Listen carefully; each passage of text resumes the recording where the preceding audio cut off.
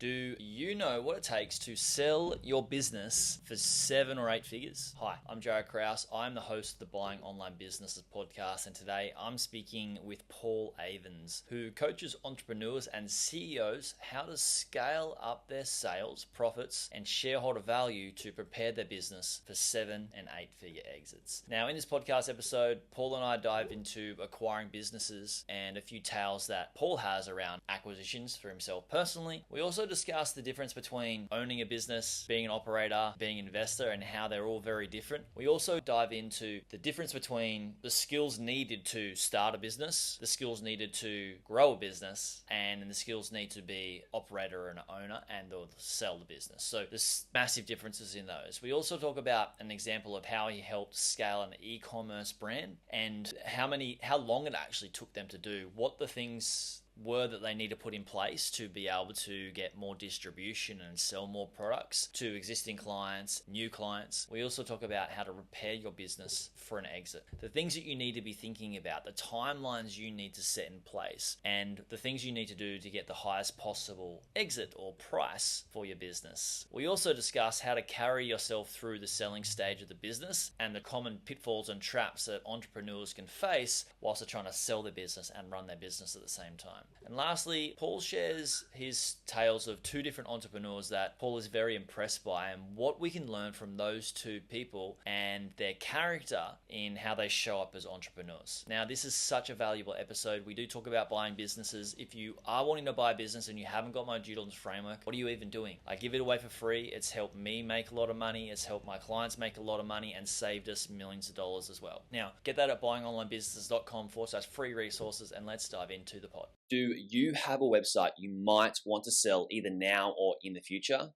We have a hungry list of cashed up and trained up buyers that want to buy your content website.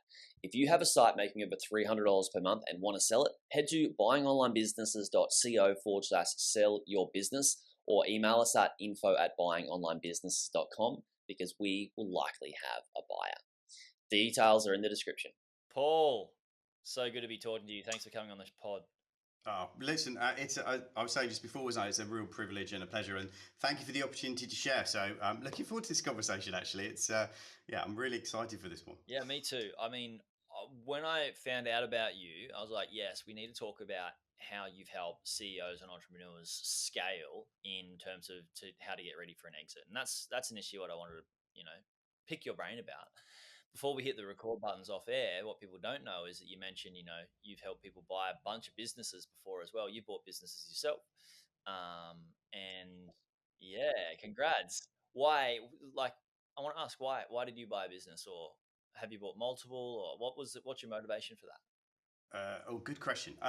So I bought different. I've done pretty much all of them now. So I've done startups with funding, raising venture capital. I've done startups with credit card debt. I've done I've done scale ups myself. I've done joint ventures. I've done buying businesses out of administration or sort of out of Chapter 11 bankruptcy, and then scaling and selling them. I've done that. I've kind of, I like to say I've done the whole wheel of business, which includes having failures, right? So I'm really honest and open and transparent about this. I've had two fairly painful business failures in my career. One which took me nearly cost me not just my a lot of money, but my health and my life and all those things with the stress of it all. So I've kind of done the whole cycle. And for me, there's just such a great opportunity when you can acquire something that's reached the limit of the kind of the entrepreneur who started it, their kind of like skill set. And I think it's a very different type of skill set between starting something and commercializing it, which is getting it to the point at which it can actually make revenue and money, and then scaling it and getting it ready for exit. And I think they're two, and this isn't something, it's taken me a long time to realize this. They're very different skill sets, right? They're really different. And well, Okay, so it took me ages to figure this out, right? Personally, so just for context, yes, I've been business coaching for 20 years. I now don't really call it business coaching. I call it scale up coaching because I think it's a very different thing that we do that other people don't.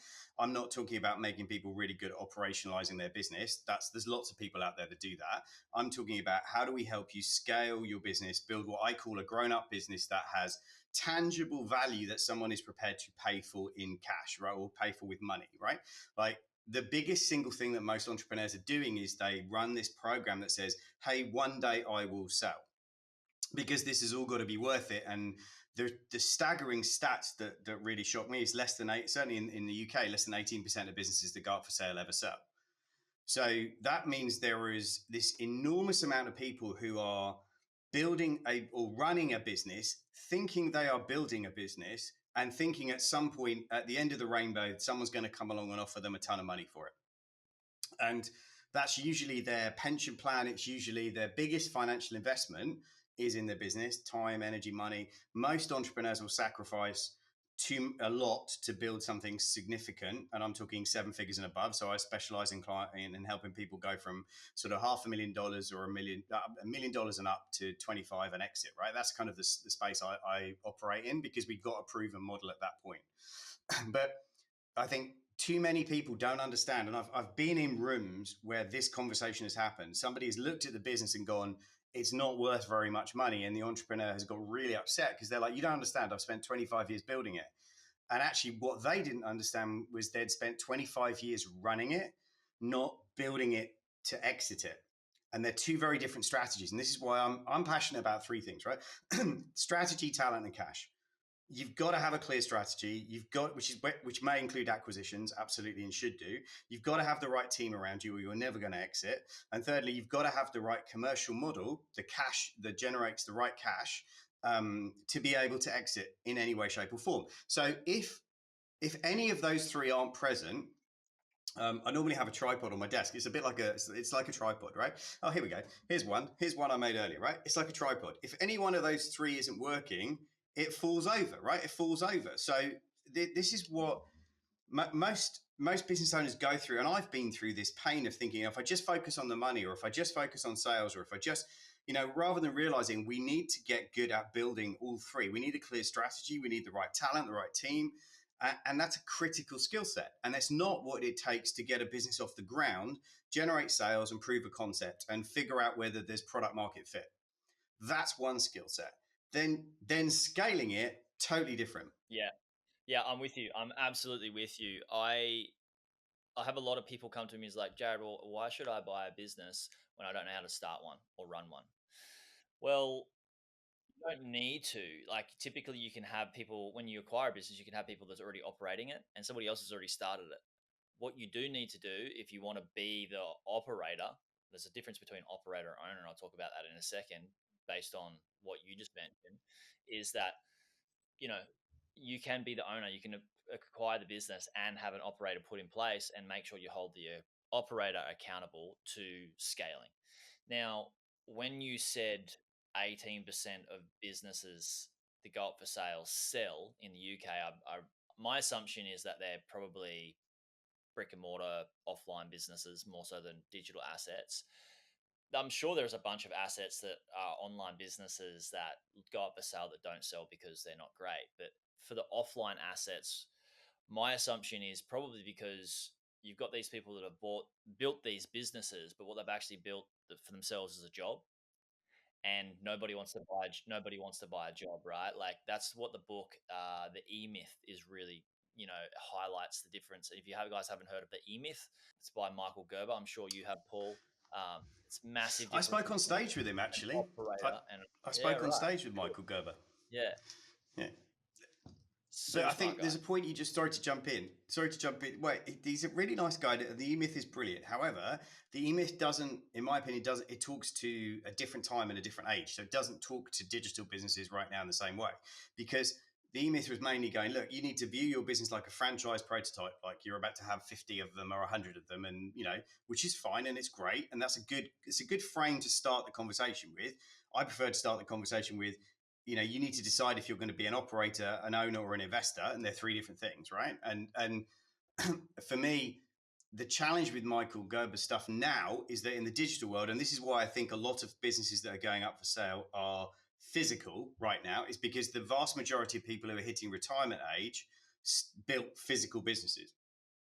So people who, if I've got clients of mine who just bought a language school, or just bought a body shop, or just bought a glasses manufacturing business in the UK, like they're physical businesses, and all of the people who ran those and started those are hitting retirement. They're sort of 58, 60, 64. They want to retire. So that generation and those assets are now coming to the marketplace. That's happening a lot. Where I think there's an actual bigger opportunity is because most of the digital assets that have been created by people who fundamentally are not really driven to scale it big. My opinion, my take, and that's a massive assumption, but that's my experience so far, right?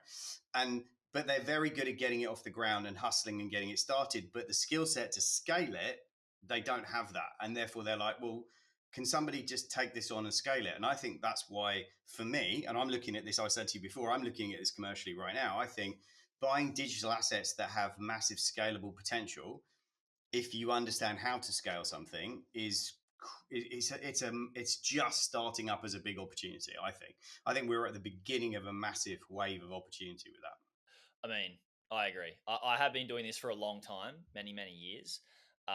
As soon as funding becomes more available for digital assets, this thing's going to go ridiculous. Multiples are going to go higher, and people are going to be focusing more on online businesses and the acquisitions of online businesses, the M&A world of online business.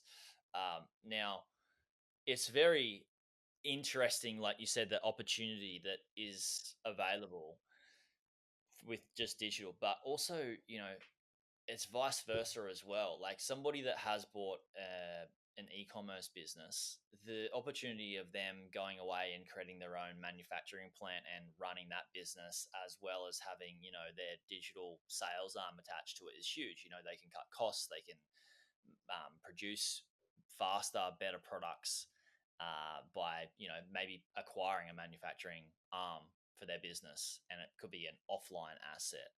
And the same goes with people that you said you've helped people buy. There was a $14 million deal that you guys bought for no money down recently that you mentioned. Now, I know that there's caveats with that story, of course. That's not common. That's not common. Just to be really clear, that's very rare. That's the first time This is the first time I've seen any of our clients do an 8-figure deal. It took 2 years to put together. But here's the lesson for me around that. There's loads, but here's one of them: is we were very clear on the growth strategy. That business nearly, for context, that business was on the verge of being bankrupt 4 years ago because of COVID. Nobody gets a and now it's $1 million down business, 22 million, $0 without it being distressed. Yeah. You make a really good point here, and I don't think this gets talked about enough. I don't like buying distressed businesses, and I don't encourage clients to buy distressed businesses because they are a massive drain. And if you've done one, and I have, they're enormously draining and distracting. And what you actually want to do is strategically add something to a model that is already working, and then that accelerates it. So that £14 million acquisition, the business was at 7 million, has a great leadership team, has an amazing CEO, has funding, has a massive customer base and huge demand.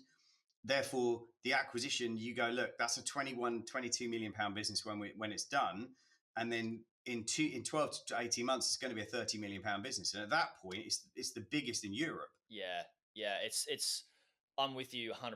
It's less resources in all resources: time, capacity, focus, marketing, team, talent, all that sort of stuff. Less resources need to go into something that is already stable to get it to scale a lot more than to turn something around. Because what's coming down, like, it's just like a physical law, or a natural law, is that what's coming down really fast, like, to get it to go to change directory, there's so many more resources you need to put, like 2 to 3 or more times resources to put it in just to turn that trajectory around. Now, I just had Yeah. I feel that one at the moment. I've just gone yeah, through one where I fall into this trap. Just to be clear, right? I fall into the ambition over logic trap sometimes, and I can see upside, and sometimes I ignore downside. And I think if you've never bought a business before, here's the biggest thing I would say: that there are two or three things that I would always caution people about. Number one, buy something that you have a real interest in, because this is going to take a lot of your time and energy and attention. So don't buy something you're not interested in. Number two, the team and the customers, the team are really critical, right? If you're buying anything, it doesn't matter whether there's only 2 or 3 people. If it's an online platform or it's outsourced, you're still going to need people. So you've got to be really clear about who you want to work with. And thirdly, like, got to get really comfortable with, right, what are the growth opportunities in the business that you're buying. Like, if you buy it, are you really clear? This is why I start with strategy all the time, is that, are you really clear that, like, okay, first of all, don't do anything for the first 100 days, right? I always say that to everyone who buys a business: do not change anything for 100 days, right? Just don't, because you don't know what works. Yeah, yeah. You got to get to know the people. You got to get to know what's working. Now, I'll give you my favorite thing to tell clients to do in the first sort of like 30 days is to go in and get the existing team to give a list of all the things that are currently frustrating them. Right? Like, and some of them you can fix for like pennies on the dollar, right? So, um, when I bought a PPC agency out of administration, and I sat out of sort of bankruptcy. It wasn't bankrupt, it was close to. And I sat down with the team and I went, right, what's all the things that are annoying you? And they gave me a list, and at the top of their list was the fact that they only had one screen, they wanted two, and the fact that they didn't have stands for the screen, so their necks were hurting, their backs were hurting. And I was like, right, we got them 2 monitors each, we got them proper stands and proper chairs, and all in, that probably cost $1,000, not even that, right? The goodwill that bought me for changes I wanted to make down the road was enormous, because they were like, this guy really cares about us. This guy's just fixed things that have been annoying us for ages, and the last owner never fixed. And therefore suddenly you go, okay, well, I've got emotional equity with the team. They trust me now, right? Because the hardest thing when you buy a business is people don't trust you, right? They don't trust you. They're like, what are your motives? Why are you here? What are you like? Are you going to be better than the last person who owned the company? Are you going to be worse? Are you going to be, they don't, and that creates this. You have to build trust in the first 30 days, and that requires it requires going in and fixing things that have been annoying them, that honestly most of the time they're really easy to fix. Yeah, I love that. And people might, hopefully you're not hearing this, that it's only a thing with an offline business. That can be done in digital businesses too, with your team as well. Like, I know people that sit down with their team, and every once a week, and they buy everybody food. They get it delivered, and they have one big party every week, or every month. And that there's so many things that you can do, for birthdays for people and all that sort of stuff with a digital team. But you know, then, like what you said, Paul, is like they've got your trust, and then they believe in your vision as well, because you've earned their trust, and then they're just going to work so much. You can't measure the goodwill. It's really hard to measure that, like, tangibly. So yeah, where to go from here in the pod? I mean, it's been an exciting ride of talking about acquisitions, but once somebody has acquired a business, and we establish that you don't need to know how to start a business and or only operate, you can learn to operate, and then you can have people come in with a strategy. Now, how do you help people once they've acquired a business to get that scalability to an exit? What are some of the things that you put in place? I mean, you've So got I think those three pillars. Maybe we go there's through each of those three pillars, or those three yeah, three we can absolutely do that. I mean, I've got a different framework which we can talk about. I just want to talk about the mindset piece around how you see yourself when you buy a business, because I think this is where a lot of people get caught, and I got caught, right? So if you buy a business and um, you're undercapitalized. Let's use that term. So you've done it, but maybe you've done it on debt financing, maybe you've done it on deferred consideration, so you're paying for it over 2 or 3 years out of profits. Whatever the deal structure is that you've done. And I think you spoke to a really interesting point at the moment. Most of the banks, certainly in the UK and stuff, are not funding digital assets, right? They don't see value in that yet. They still fund physical assets, but they don't really get digital assets yet. I think that's coming, and I think outside the UK it might be easier, but in the UK it's quite hard to get e-commerce sites and stuff funded. It's not as easy. The banks don't get it yet, right? Partly because the generation of people who are in the top of the banks are used to physical things they can see, feel, touch, and put a charge over, right? That's just the reality. I try not to, in case I ever need to borrow money off them, and I don't want them finding out that I did that publicly. But yeah, I think they're behind the times. Let's put it politely, right? But I think here's the thing. So I've always said that if you call yourself, and I use the UK language because it's different around the world, but if you call yourself a managing director or an owner, I don't think that's the right job title. I think the reason why I say you should call yourself a CEO is because CEO for me stands, your job is to be creating expansion opportunities. That's your job. You should be constantly looking at how do we grow this business, not how do we just run it. Okay, so that's why your number two, your COO, even if they're not called that, they could be called a general manager, right? Even in a digital world, somebody has to be the operational expert. Your job is to focus out, not focus in, right?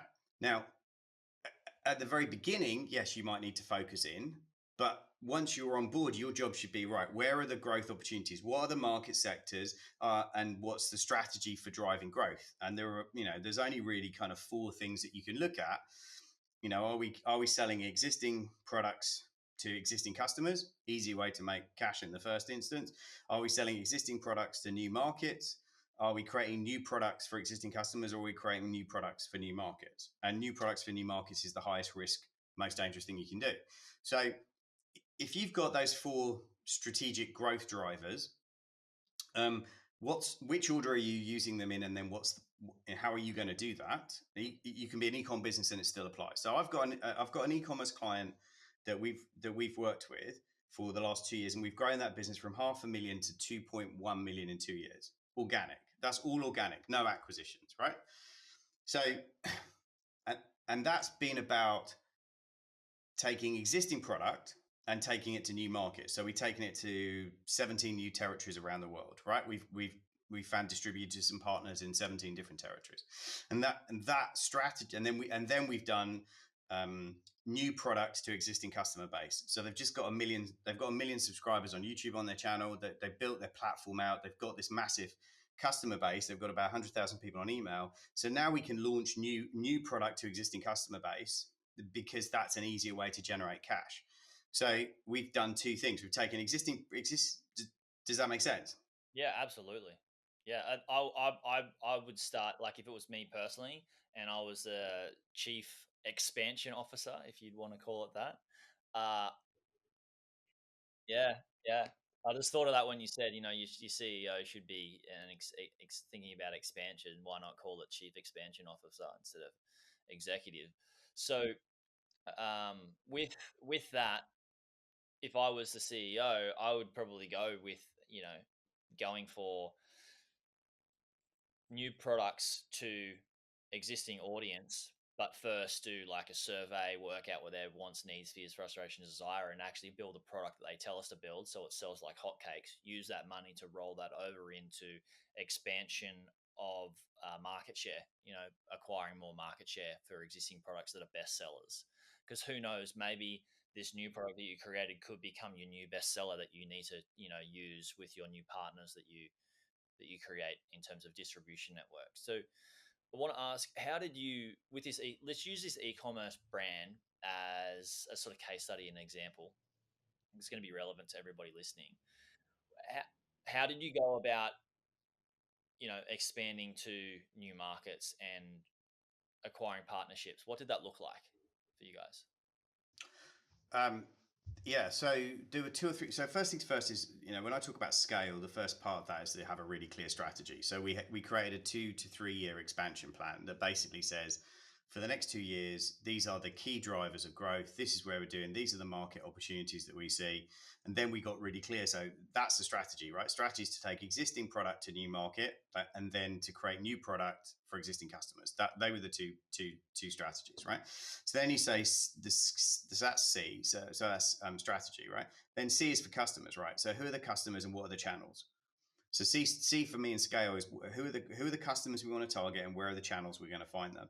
So once we're really clear on the channels, and interestingly, LinkedIn was where we found a lot of distributors around the world because we were able to find them online, and then we were able to kind of like connect with them. We started putting out a lot of content on LinkedIn, and he hadn't done that before. We even put out a lot. They went viral on TikTok, and that got them half a dozen distributors. So what's really interesting is whilst TikTok didn't get them a lot of customers, TikTok did get them visibility and did get them distributors. So, and then we had retailers. So we had distributors, retailers, and end user customers. So we had these three customer groups that we were targeting, right? So end user customers is B2C. So we focused on Amazon as the main channel. So Amazon became the big thing. We went in on massively on that. We hadn't gone into the US, Amazon on US. So that became an obvious thing to do, is to take what's working in the Amazon in the UK and Europe and then move it into the US. So that's a leverage. That's a great piece of leverage.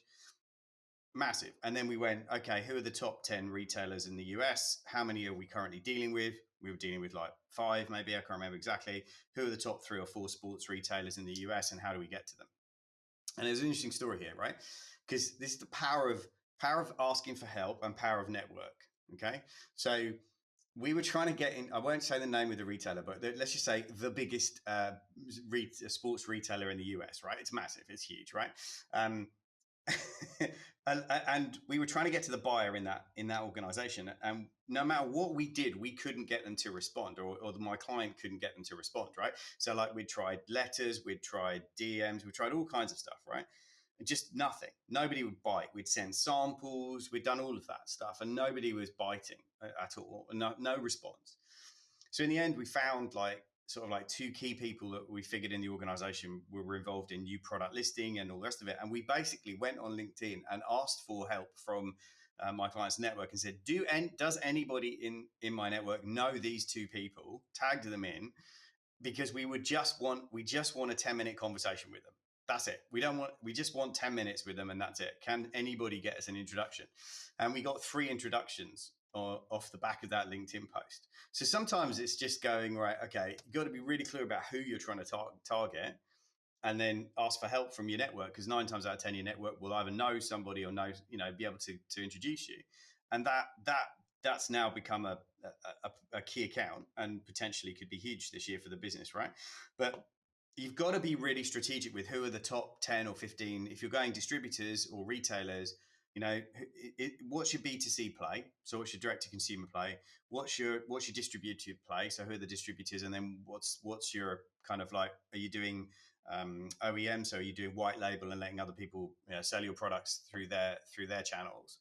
So getting really clear on the customers you're talking to and the channel strategies that you're using becomes really, really critical. And then it's about creating the right assets to attract the people you want to do business with. So YouTube channel became a massive thing for them. They just hit a million followers on YouTube, subscribers and subs on YouTube. TikTok became really great for building brand awareness. Instagram videos, Instagram shorts, Instagram reels became massive for them. So we kind of went, those are the 3 channels to build brand awareness, and then LinkedIn was the outreach channel. So whilst content wasn't massive on LinkedIn was the outreach, where we'd post some content on LinkedIn, but nowhere near as much as on YouTube, Instagram or TikTok. But LinkedIn was the outreach, relationship builders, because we could find them, we could find the right people to talk to, and we could connect with them and then set up conversations. So we were really strategic with that decision about, right, what's our direct to consumer play, what's our channel strategy, and what's our kind of country partner strategy. So that was really clear. And then when you've got that, you can then focus on what assets do we need to create, like brochures, collateral, marketing campaigns. That's the assets. Then, okay, great. How do we leverage this on a massive scale? How do we leverage this to so do we have salespeople on the road in country knocking on doors? In fact, one of the things that really worked, because most people don't want to do this with e-commerce businesses, my client did a road, 2 or 3 big road trips where he just like went round Europe and visited all the distributors. Like literally got on a plane and then train and then spent like 3 weeks on the road creating content while he went, but visiting people face to face. Because people forget that they want to do everything online, and actually, do you know what? Get on a like I just came back from Dubai. And part of the reason was because I wanted to get on a plane and go and meet people and shake hands and network. And that you have to the old salesperson in me says you have to burn the shoe leather, right? Sometimes you have to go and do the hard yards and go and meet people and shake people's hands. You can't get into a country if you're not prepared to get on the plane and go meet the major players in that country and go talk to them. And I think even if you're an online business, do not be afraid to go face to face and meet people to convert people, if it's strategically thought out. Yeah, and it's going to provide the ROI, like for one person to go away and do that, and they might do it over a couple of months for what, a couple of accounts that could be opened or distribution channels that could make millions of dollars, you know, it's going to provide a great ROI. Yeah, completely. But you also learn so much more when you're sat in a room. If you're sat in a room with a potential customer talking about your products, you're going to get more feedback. You learn much quicker. You refine the messaging that filters through to the marketing that you're putting out. Um, and there is just this thing. It's like relationship depth is built face to face. And I think you can do Zoom calls and that's cool. But we were talking before, and you were saying, "Hey, look, if you're ever out in Bali in my part of the world, come see me." And I'm like, "Yeah, great, let's do that. I'd love to do that." Right? Like sometimes you've got to go meet people face to face because it just accelerates trust. That's what it does. It accelerates trust in your brand, in your product, and in you as a entrepreneur that you are trustworthy. And if your competitors aren't doing it, it becomes a massive differentiator. It's a bit of a wow factor. It's like, okay, well, like, there's these distributors that are, say this sports company, they've got a bunch of different people just emailing them, texting them, and all that sort of stuff. And you did it through the intro, but for example, if you found them through a networking event that you got invited to, or somebody set up an introduction at a restaurant, it's much different, and it makes so much more of an impact. And probably you could get the wheels moving a lot faster and maybe selling more, a lot faster as well. But it's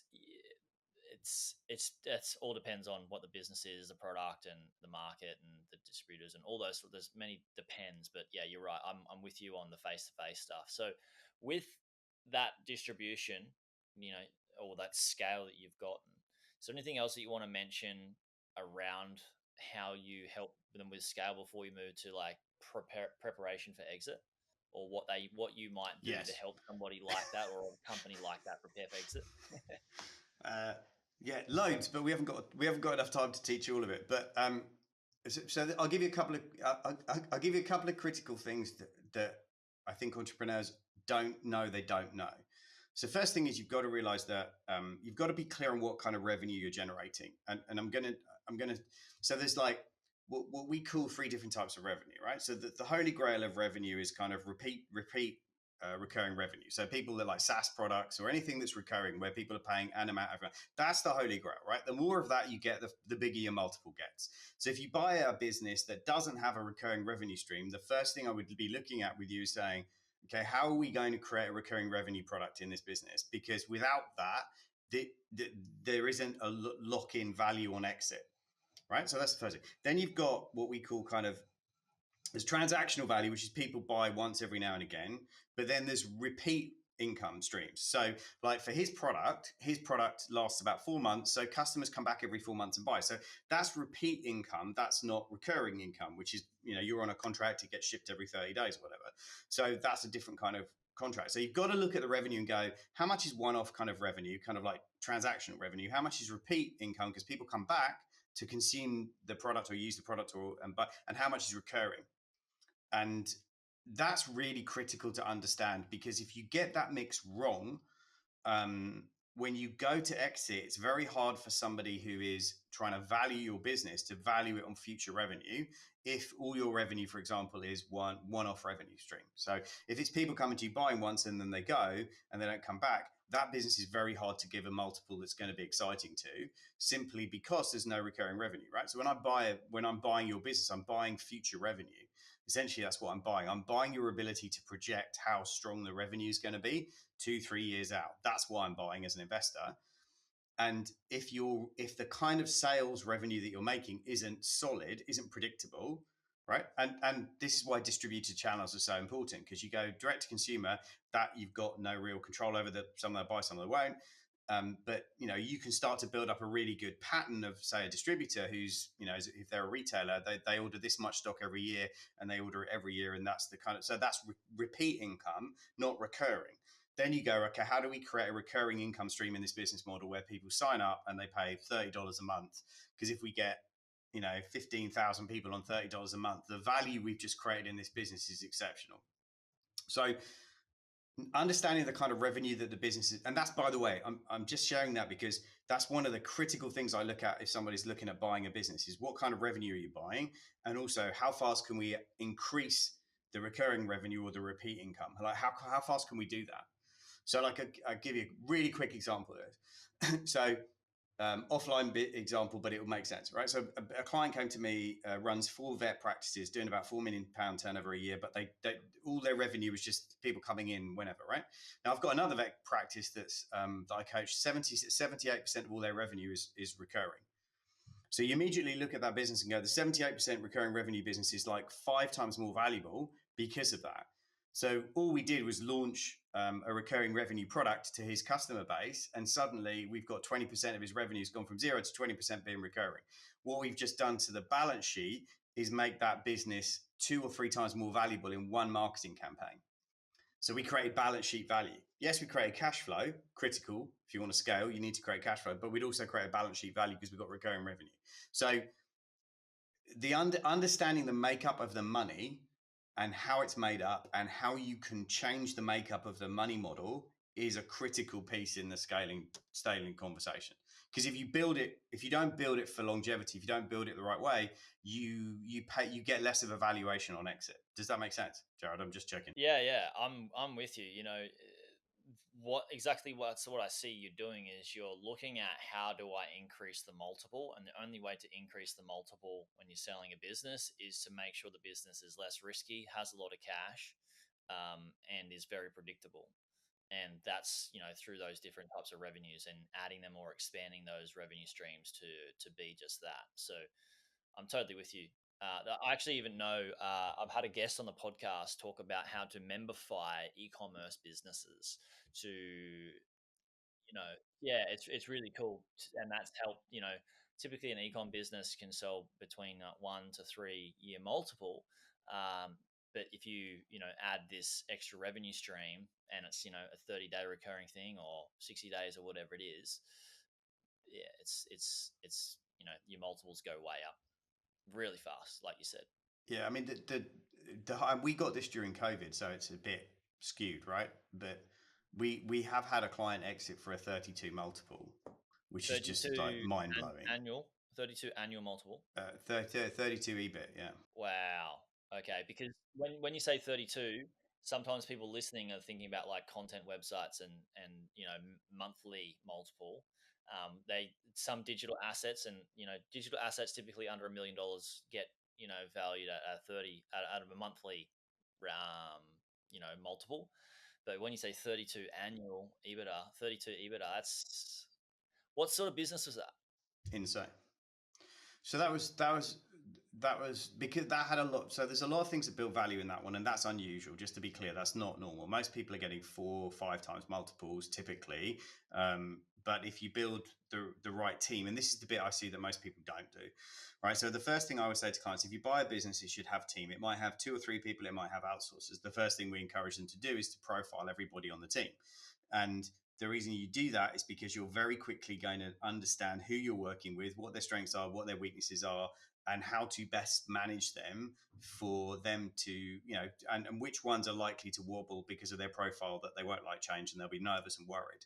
So the first thing I always say to clients is, look, in the first month, we should profile everybody and understand, have we got the right people in the right seats?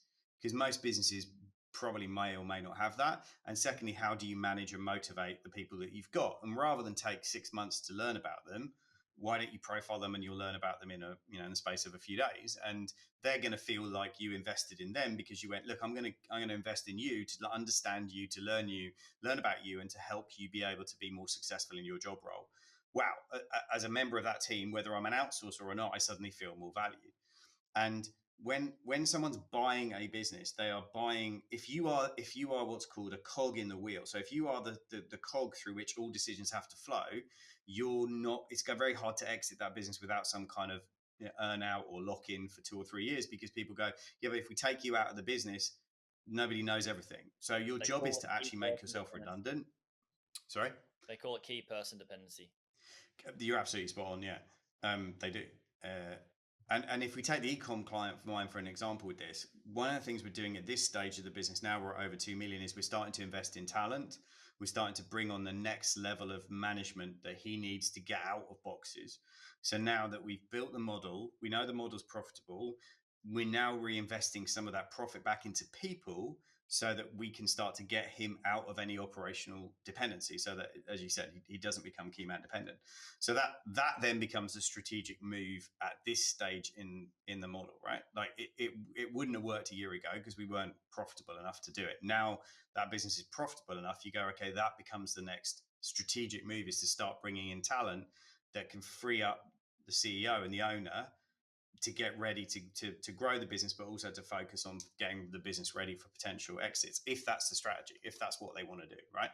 The client I'm working with, that's not part of the next 2-year plan, but building a leadership team or a senior leadership team that can operationalize and run that business really efficiently is part of the next 12 months, 18-month strategy, because it builds so much value into the business, should we ever want to exit. Yeah, I love that. So when there's so many things, it's going to be dependent on the business. They're going to be dependent on the owner of the business and what they actually want. But roughly, how much time would you, you know, tell business owners and CEOs and entrepreneurs that they should budget for to get ready for an exit? You know, to get rid of key person dependency, to make sure you can get the recurring revenue, or de-risk the business so the multiple can be increased at the time of exit. What's the rough sort of time frame? I mean, it's different for each business and goals for each one, but is there some, like, just giving some people, the listeners, something to think about when they want to exit? Yeah, so that's a really good question, actually. I don't get asked it enough. The thing I say to most clients, I say, look, it's probably dependent on where you're at and what you have, and that's a variable. But it's probably 2 years to get you exit ready. Okay, it's probably 2 years. Now, you might do it quicker than that, and you might have things in place, but it's probably 2 years to get you exit ready, to really optimize it, right? To get it into the best position to sell it. And then it's probably anywhere, yeah, to get the best price for it, right? And then it's between 6 and 9 months, anywhere up to a year, to sell it. So people tend to think it's quicker to sell it, and 9 times out of 10, in my experience, it takes longer than they think. It's more complex to negotiate. Again, the bigger the multiple, the slower the sales cycle, right? So I say it's 2 years to build the team, get the P&L in the right position and the right shape, to have, you've got to go back and look at, if you're going to sell the business, you've got to go back and look at all the contracts that you've ever signed with customers. You've got to look at all the contracts that your team are under. Like, there's so much due diligence, and you still have to be growing the business during that phase, right? And this is the bit where people, do you know, I'll share you this, because we've lost deals too. I just want to be clear with people. Like, we've had people who've had deals and they've lost them or they've blown them, and I'll tell you why in a minute if you want to know. But the reason most exits fall over, based on the research and the data and the people that we've talked to in this world, the reason why most exits fall over is because the revenue drops during the negotiation period. So it might be 9 months you're negotiating to exit this business, and because you're distracted, you haven't been focused on driving the business. 9 times out of 10, it's because you haven't put a good COO in place to drive it. But because you're distracted over here, we're trying to sell it, and it's a full-time job trying to sell a business, right? It takes a lot of effort and time and negotiation and due diligence and legal fees and all that stuff. If halfway through that, your revenue has dropped by 30% because you were focused over here, that will normally kill the deal. At the very best, they're going to come back and negotiate you down on price. That's what we call the risk zone.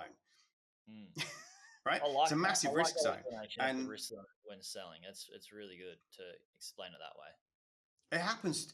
We had like, and this happened recently. A client of mine had a really, really great offer on the table, multiple seven-figure offer. And then they had a contract with a national company, which was really valuable, but the contract came up for renewal during the exit negotiations, right? So straight away, the buyer said, we're not gonna sort of close this deal until we know that contract's renewed. It didn't renew. They lost it, which immediately absolutely crippled the valuation of that business. It meant the buyer was now not sure about all the other contracts they had, because if they lost that one with the other, and it created doubt in the buyer's mind, and the buyer pulled out. And you go, oh, okay, we got to go back around and rebuild the revenue. That's now, and I've said to him, now you got to dig in for 2 years now. It's 2 years to dig in, because we're going to have to go back and rebuild the revenue and come back to the market. And like, that's a 2 year, and this, I've seen this, Jaryd, so many times, right? People spend the money mentally before they have it in the bank. Isn't it? It's same on the acquisition side, Paul. People acquire the business in their head and live the lifestyle in their head that they perceive they're going to have as a business owner with all this money, and forget like, hey, I bought the business and I've got to do some work here. Well, that's because most people aren't investors, right? If you're an investor, you'd be buying it knowing that and putting a team in place, and then you could do that. But yeah, I've seen it. I've seen it where people get so excited that they've already planned out how they're going to spend their money, where the holidays are they're going to take, and I'm like, that it's not done until the money's in the bank. Just no, stop doing that, because otherwise it just hurts. And a lot of deals fall over in due diligence, because you know, no matter how good you think your business is, you've got optimism bias. You've got that optimism bias about how great your business is, right? And then a buyer looks at your business and goes, yeah, but that contract's not in place. You know, this bit's not right. That bit isn't solid. You're using old tech for that. They start looking at your business like, what's wrong with it? And you don't, right? You look at it with what's right with it, because you're selling it. So that mismatch creates a massive bit of friction in the middle. And anytime you get, I'll give this tip out for everyone. Anytime you get your accountants involved with negotiating the exit, you are really putting a lot of risk in the deal, because most accountants are not used to the M&A world and don't understand it, and they also have an invested interest in their client not selling, right? Because if their client sells the business, they lose a customer. So like, most accountants mess deals up. Sorry to say it, but it's true. Yeah, they can. And also, you know, you've got to pay your accountant to do all this work.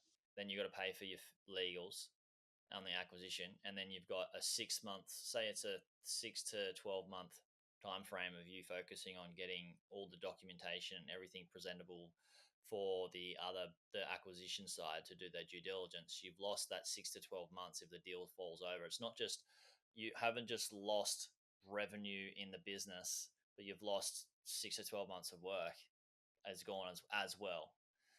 So it's, yeah. So you would obviously advise people to keep running until they're past the finish line, whilst adding extra workload with DD. Yeah. The best thing you can do if you're in the sales process is because if I'm buying your business, I'm buying future revenue, right? So like, if you can come back to me, and I'll tell you the other thing that causes deals to fall over, and it's shocking, but it's true, is bad financial information. Like, the amount of times in due diligence you find out stuff. Prevalent one. Yeah. Like, most people haven't got really good financial data. Like, they haven't got really good P&Ls. They're not running good cash flow forecasts. If you can rock up and say, hey, look, here's our 3-year cash flow forecast. Here's our last 5 years profit and loss. Here's our balance sheet currently. And like, if you're a buyer, you're going to sit there and go, wow, this is unusual, because it is, right? Most people's financial data is the thing that takes the time to sort out. Like, especially if the business is over $2 million, I'll always bring in an external accountant to start, you know, kind of like an FD, to start tidying up all the accounts and stuff and making it presentable, because you've got to make it presentable to the buyer. And that can take 6 months. Like just doing that can take 6 months because you've got to go back through the last 2 or 3 years accounts and they were probably built for profit. They're built to minimize tax and maximize lifestyle. So you've got lots of offsets in there. And now you're trying to position the business to maximize value on exit. You've got to go back and look at all the accounts, and that takes 6 months. And this is the stuff that causes people to lose energy during the process, because most entrepreneurs have love to move. I know about you, but I'm this. I love to move fast, make decisions, get stuff done, make it happen quick, right? And selling a business is one of the slowest, most frustrating things you will ever do.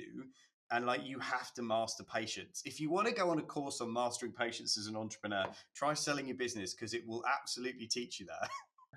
Yeah, definitely. And you're not just dealing with one person that might want to buy it.